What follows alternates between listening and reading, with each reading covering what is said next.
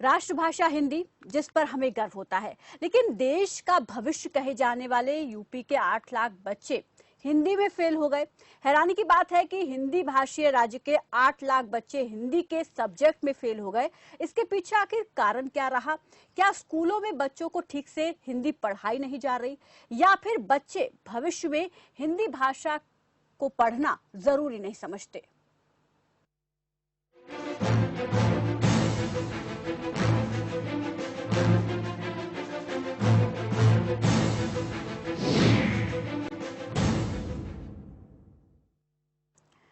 UP board 2020 के result चौंकाने वाले हैं। हिंदी भाषी राज्य में बोर्ड की परीक्षा में हिंदी के विषय में 8 लाख बच्चे फेल हो गए। हिंदी के विषय में बड़ी संख्या में बच्चों के फेल होने पर जो एक्सपर्ट हैं, विशेषज्ञ हैं, वो हैरान है। लाखों बच्चों के फेल होने पर तमाम सवाल भी यहाँ पर उठ रहे हैं। एक्सपर्ट्स का ये कहना है कि यूपी बोर्ड में हाई स्कूल और इंटरमीडिएट का हिंदी पाठ्यक्रम बाकी बोर्ड की तुलना में काफी ज्यादा मुश्किल है, टफ है, जटिल है। और उनका यह भी कहना है कि सिलेबस में अवधी और ब्रज भाषाओं के कवि, लेखक और उनकी जो अनेक कृतियां हैं उनको शामिल किया गया है। ये भाषाएं अब चलन में नहीं है। सैकड़ों साल पुरानी इन भाषाओं को पढ़ाने के लिए विशेषज्ञों की आवश्यकता होती है। और साथ ही कॉलेजेस में हिंदी के शिक्षकों की भारी कमी है। कॉलेज की बात अगर हम छोड़ दें, हम यहाँ स्कूलों की ही बात कर लें, तो उत्तर प्रदेश में जो स्कूल्स है उनमें ही शिक्षकों की भारी कमी है। तो कहीं ना कहीं अब यहाँ पर हम इस पूरे प्रकरण को देखें, हालांकि रिजल्ट इस बार जो 8 लाख बच्चे फेल हुए हैं वाकई में हैरान करने वाला है। और इस पर हम बातचीत करेंगे कि आखिर कारण क्या रहे, क्या वजह रही जो इतनी संख्या में। और आपको बता दें कि ये हाल यूपी का इस बार ही नहीं है, पिछले अगले अगर हम 2 सालों की बात करें, 2018-19 की, तब भी ऐसा ही हाल रहा। पिछले साल 10 लाख बच्चे फेल हुए थे और इस बार 8 लाख बच्चे। इस पर और ज्यादा बातचीत के लिए, जानकारी के लिए हमारे साथ ऋचा खन्ना, शिक्षाविद, हमारे साथ जुड़ गई है। ऋचा जी नमस्कार, स्वागत है आपका खबर फास्ट पर। ऋचा जी, यहाँ पर सवाल ये उठता है कि हिंदी सब्जेक्ट, चूंकि हमारी एक राष्ट्रभाषा है, हम बहुत अच्छे से बोलना जानते हैं और यहाँ तक कि विदेशों में भी इसकी पहचान है, लेकिन हमारे देश में हमारे बच्चे जो आने वाले देश का भविष्य है, हमारे देश का भविष्य है आने वाले समय का, वो इस भाषा में फेल हो रहे हैं। वाकई में हैरानी की बात है। अगर हम यहाँ कमियां देखें, चीजों को समझे, परखें कि आखिर ऐसा क्यों हुआ, क्या वजह आप मानती हैं? देखिए, मुझे पर्सनली अगर आप मुझसे पूछ रहे हैं तो जो मेरा अनुभव है उसके हिसाब से मैं ये कहूंगी कि ये सही में एक बहुत ही चिंता का विषय है कि उत्तर प्रदेश जैसा जो प्रदेश है, जिसमें कि हिंदी हमारी जो सबसे स्ट्रॉन्ग लैंग्वेज कही जाती है, उसमें हम ये देखते हैं कि बच्चों के अंग्रेजी में 90s में आए हैं और हिंदी भाषा में कम आए हैं, 10-10, 15-15 अंक कम आए हैं। तो ये बहुत ही गंभीर विषय है। और इसका मतलब मुझे ऐसा लगता है, अगर हम जड़ में जाएं तो हमको कुछ ना कहीं एक यूनिफॉर्मिटी इन चेकिंग पैटर्न को लाना पड़ेगा। There should be a uniform pattern of checking. क्योंकि अगर हम ये कहें कि हिंदी को हमने सख्ती से चेक किया या स्ट्रिक्ट चेकिंग हुई, स्ट्रिक्ट मार्किंग हुई, तो फिर हमें सभी सब्जेक्ट को उतनी ही स्ट्रिक्टनेस के साथ आंकना चाहिए। तो मेरा ये एक मानना है कि हमें जो भी एक पैटर्न हो वो यूनिफॉर्मली चेक हो। क्योंकि आप देखें कि कभी कभी ऐसा भी होता है, अपने विद्यालयों में भी हम लोग देखते हैं कि एक ही बच्चे का किया हुआ पेपर अगर 3 अलग अलग टीचर को हम दें तो उस बच्चे को लैंग्वेज में 3 अलग अलग नंबर मिलेंगे, अलग अलग मार्क्स मिलेंगे। तो इसीलिए जरूरी है चेकिंग पैटर्न में एक यूनिफॉर्मिटी लाना। तो मेजर जो एक कारण है, मैं यही समझती हूँ। लेकिन ये तो एक कारण आप समझ रही हैं, चेकिंग में यूनिफॉर्म लाना, लेकिन जिस तरीके से हम देख रहे हैं, हालांकि ये पहली बार नहीं है ऐसा, पिछले साल भी इस तरीके की चीजें देखी। पिछले साल 10 लाख बच्चे फेल हुए और अब की बार भी ऐसा। कहीं ना कहीं आप ये मानती है कि शिक्षकों की कमी है, पाठ्यक्रम यूपी बोर्ड का जटिल है, टफ है? देखिए, कुछ पाठ्यक्रम जटिल, तो मैं कहूंगी जटिल क्या, जो भी एक पाठ्यक्रम सबने सोच समझ के बनाया गया है, तो वो उसको मैं पूरी तरह जटिल तो नहीं कहूंगी। लेकिन हाँ, मैं ये कहूंगी कि हमें शिक्षक और शिक्षिकाओं को इतना मजबूत बनाना है कि फिर अगर जो भी जटिलता है वो बच्चों को उस तरीके से तैयार करें। तो कुछ हम लोग अगर इसमें थोड़ा सा माइल्डनेस दिखाएं, फ्लेक्सिबिलिटी दिखाएं, कोर्स स्ट्रक्चर को फिर से रिवाइज करने का प्रयास करें, तो मुझे लगता है बच्चों को थोड़ा सा उनपे एक अच्छा प्रभाव पड़ेगा। क्योंकि जब इस तरीके से होता है कि एक विषय इतना जटिल होता है या उसकी मार्किंग जटिल हो जाती है और बाकी विषयों में बच्चों के अच्छे अंक आते हैं, तो बच्चे ये बहुत बड़ा निराशा का कारण बन जाता है बच्चों के मन में। जी बिल्कुल, लेकिन एक शिक्षा की कमी भी एक अहम मुद्दा रहा है। और क्योंकि अभी अगर हम देखें आंकड़ों को, अगर हम देखें तो 18,000 पद अभी भी खाली हैं, केवल 7,000 शिक्षक अभी पद पर कार्यरत हैं। अगर हिंदी की अगर हम बात कर लें तो 1300 हिंदी के पद अभी खाली हैं और हिंदी का ही हम यहाँ पर परिणाम जो आया है उसको लेकर हम यहाँ पर चर्चा कर रहे हैं। तो शिक्षा विभाग को, शिक्षा मंत्रालय को इस ओर ध्यान देना चाहिए।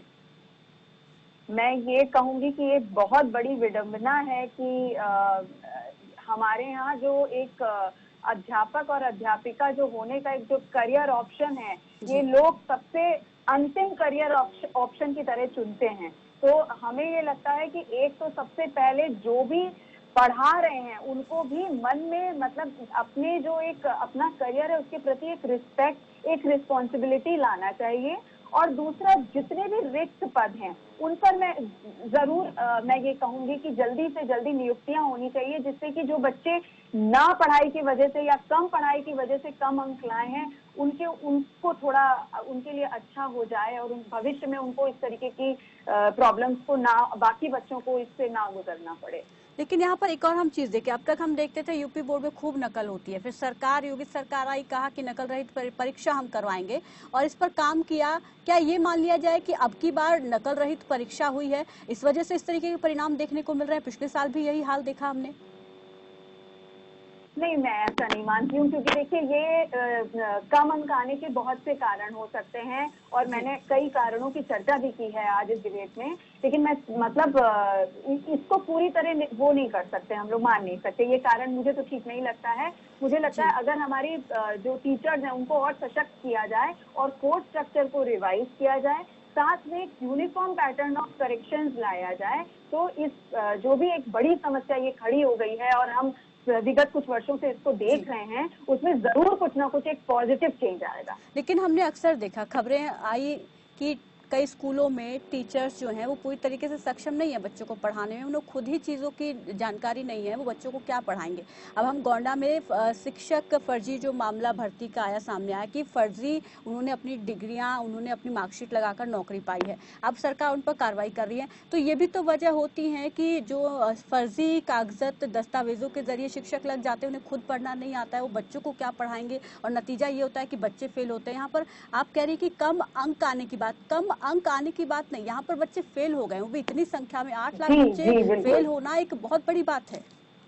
बहुत बड़ी बात है, उनके पूरे करियर पे एक इफेक्ट आता है। और ये इस बात से मैं आपसे सहमत हूँ कि जो नियुक्तियां हुई भी हैं उनमें जो भी कमियां रह गई और वो भी अब जब हम लोगों ने इतने बच्चों का इतना बड़ा एक नुकसान हम लोगों ने देखा, नुकसान के रूप में ये चीज सामने आई है, तो ये जो सिलेक्शन प्रोसेस है इसको बहुत हमें अच्छा करना पड़ेगा, सशक्त करना पड़ेगा, मजबूत करना पड़ेगा। और इस तरीके की जो एक विसंगतियां जो रह गई हैं कि फेक मार्कशीट, तो इनकी भी चेकिंग और इनकी भी जो एक प्रॉपर परीक्षण होता है और जो चेकिंग होती है, क्रॉस चेकिंग होती है पेपर्स की, वो बहुत जरूरी है सबके सर्टिफिकेट्स और पेपर की। क्योंकि एक जो टीचर खुद ही इक्विप्ड नहीं है, खुद ही उतना पढ़ा लिखा नहीं है, उसको अगर हम इतने बच्चों के लिए रिस्पॉन्सिबल बना देंगे तो ये बहुत गंभीर एक परिणाम के रूप में आगे जाएगा और ये बिल्कुल भी उचित नहीं है। इसमें मैं आपसे पूरी तरह सहमत हूँ और इस पे जरूर कुछ ना कुछ एक एक्शन लेना चाहिए और इस पूरे सिलेक्शन प्रोसेस को सशक्त और बेहतर बनाने की जरूरत है। यहाँ पर एक सवाल ये भी उठता है कि अब कहीं ना कहीं जो स्कूलों में बच्चे पढ़ रहे हैं, हिंदी की तरफ उनका रुझान, उनकी रुचि कम होती जा रही है और बाकी सब्जेक्ट में देखें ठीक है, इंग्लिश की ओर ज्यादा वो इंटरेस्ट दिखा रहे हैं, लेकिन कहीं ना कहीं हिंदी जो है वो खोती जा रही बच्चे सब। और कहीं ना कहीं अभी मैंने जो आंकड़े पढ़ रही थी उसमें मैं ये भी पढ़ रही थी कि कम से कम 2 लाख से ज्यादा जो बच्चे उन्होंने हिंदी का पेपर ही छोड़ दिया। तो क्या ये मान लिया जाए कि या डर था उन्हें, या ये मान लिया जाए कि वो इससे बच रहे थे, इसका पेपर नहीं देना चाहते, उनका इंटरेस्ट नहीं रह गया अब हिंदी पढ़ने में, या जरूरी नहीं समझते आगे से वो?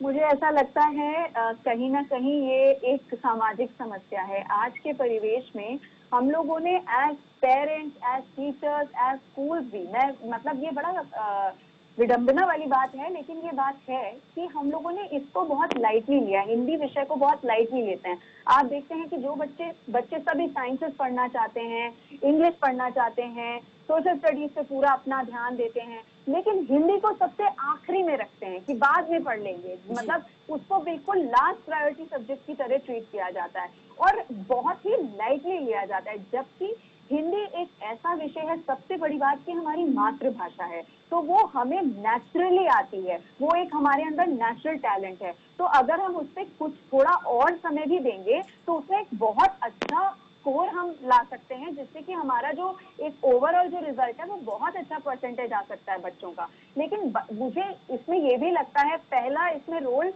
पेरेंट्स का और टीचर्स का भी आता है। हम लोगों को भी अपने घरों में और विद्यालयों में हिंदी के प्रति बच्चों को थोड़ा और जागरूक करने की जरूरत है और थोड़ा उनके अंदर एक हिंदी के प्रति लगाव, हिंदी के प्रति इंटरेस्ट जगाने की जरूरत है, जिसके लिए बहुत सारे हम लोग कॉम्पिटिशन कर सकते हैं, बहुत सारी चीजें हम लोग, बहुत चीजों का आयोजन कर सकते हैं। हम लोग शिक्षाविद हैं, हम लोग अगर शिक्षा के क्षेत्र में हैं तो हम लोग जादू कर सकते हैं, वी कैन डू मैजिक।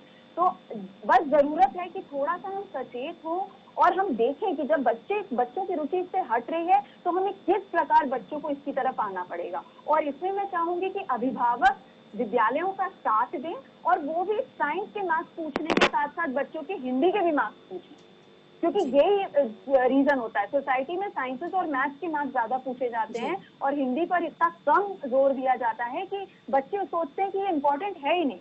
इस वजह से भी एक ये परंपरा चालू हो गई है कि हिंदी को बहुत बच्चे लाइटली लेने लग गए। तो ये हाई टाइम है कि हमारी खुद की मातृभाषा है उत्तर प्रदेश की, तो आप समझिए मोस्टली जनसंख्या हिंदी भाषी है, तो कम से कम हम लोगों को एक सजग और सचेत और एक मजबूत कदम उठाना चाहिए, सजग सचेत होके, और हिंदी के प्रति बच्चों को जागरूक करना चाहिए। गुणवत्ता तो सुधारनी चाहिए पढ़ाई की। शुक्रिया ऋचा हमारे साथ जुड़ने के लिए, इस तमाम बातचीत के लिए। तो शिक्षा की गुणवत्ता को सुधारने पर सरकार जोर दे रही है, वहीं दूसरी ओर कहीं ना कहीं कुछ कारणों की वजह से ऐसे परिणाम आ रहे हैं जिस पर और ज्यादा गौर करने की जरूरत है और ज्यादा सुधार करने की जरूरत है। फिलहाल यहाँ रुकेंगे एक छोटे से ब्रेक के लिए, फौरन लौटेंगे एक और मुद्दे के साथ। बने रहिए खबर फास्ट के साथ।